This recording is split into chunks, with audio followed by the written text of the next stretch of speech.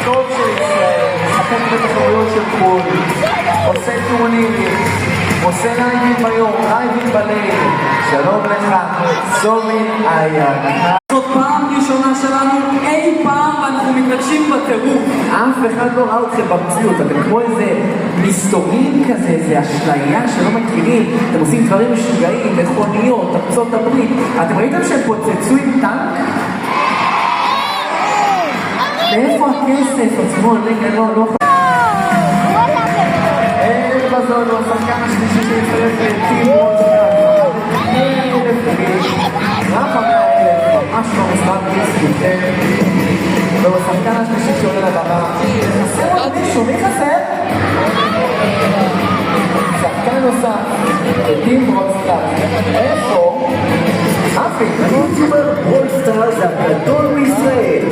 זה שעשה היסטוריה והוציא שני לג'נדרים בטבע אחת.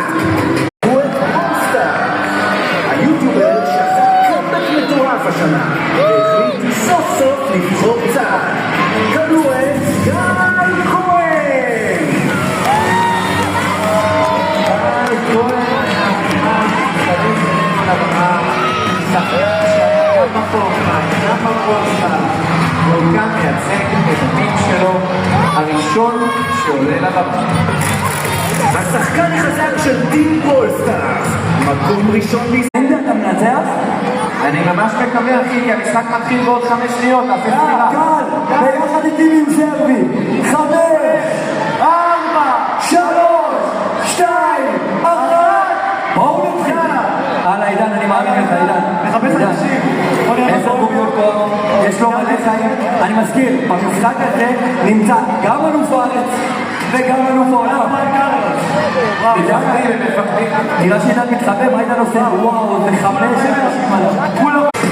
חואן קרלוס האחד והיחיד מגיע אלינו עם טים וולסטאר הבמה. אני לא מאמין שהוא הגיע, במיוחד בשבילנו. 140,000 צביעים, חבר'ה, מקום ראשון בעולם. אני לא חושב שאתם מבינים איזה רמה זאת. חואן קרלוס, כל הטים שמרימים לו, חואן קרלוס על הבמה.